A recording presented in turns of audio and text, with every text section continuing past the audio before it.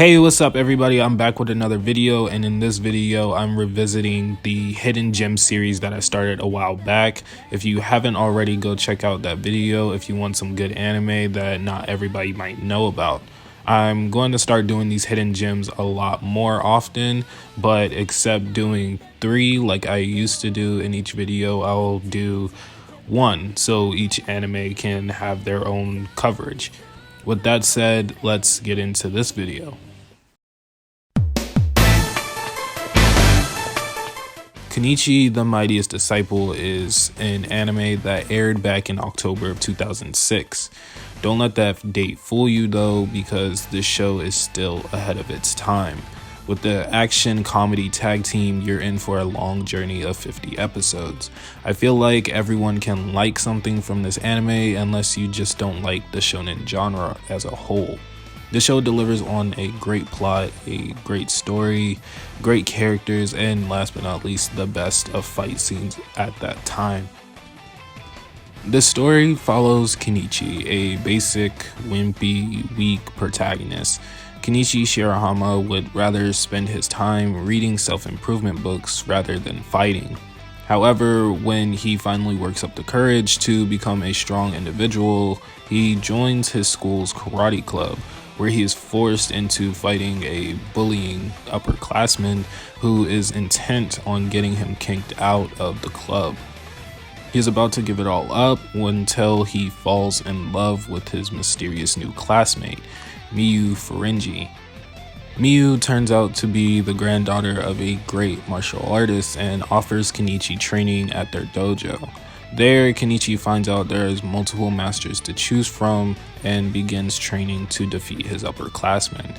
But when he does overcome this challenge, he opens up a whole new box of problems. Kenichi now has to fight strong opponent after strong opponent because his strength has become known throughout the town and everyone wants to test his resolve. Kenichi The Mightiest Disciple is one of my favorite shonens of all time.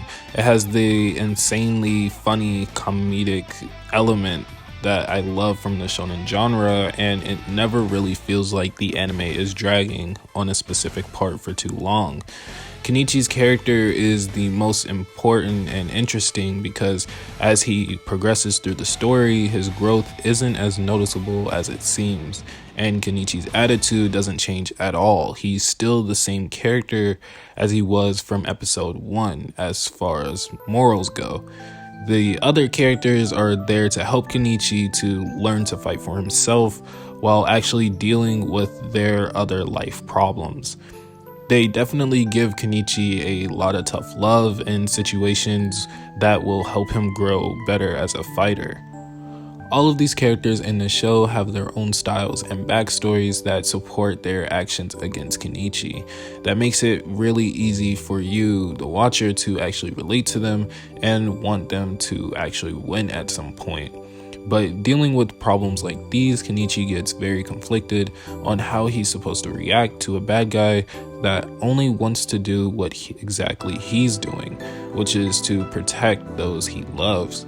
These parts of the story is where the tone shifts from comedic and light to dark and serious as Kenichi tries to get himself out of these fights without making any more enemies. Might I add that Kenichi never goes after a fight. Every fight that Kenichi has been in has always been brought to him. Kenichi only learned martial arts for self-defense and only uses it in situations he absolutely has to. He is a very honorable and justice-filled character that responsibly uses his power for the protection of the weak. The show is definitely not short of insanely good fights and animation.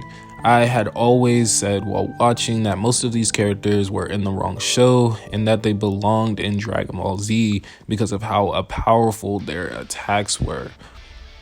There are so many different disciplines portrayed throughout this anime, so many that I didn't even know half of them existed. The techniques and powers used in this show definitely had me hyped as a kid watching it because I actually tried to learn some of the moves Kenichi was also learning, which I still know some of them till this day. But overall, Kenichi The Mightiest Disciple is one of few that had the potential to become one of the biggest trending animes of our time, like Naruto or Dragon Ball, if only it had kept airing. The anime stopped airing in September of 2007, and when it stopped at a very cliffhangery part that really has you begging for more, to know about a certain character. And that's where the manga comes in for the rest of this compelling story. However, Kenichi The Mightiest Disciple is still a very great anime, and I think any shonen lover would say the same thing. It's a one-of-a-kind anime with its own distinct look and feel that I haven't seen been replicated perfectly anywhere else.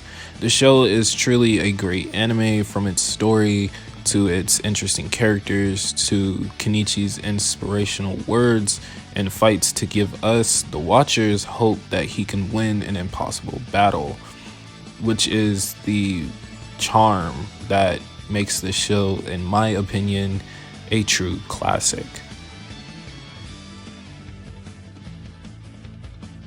I hope you guys enjoyed this video. I really can't recommend this show enough. Don't forget to give this video a thumbs up and subscribe for more hidden anime gems, and I'll see you guys in the next video.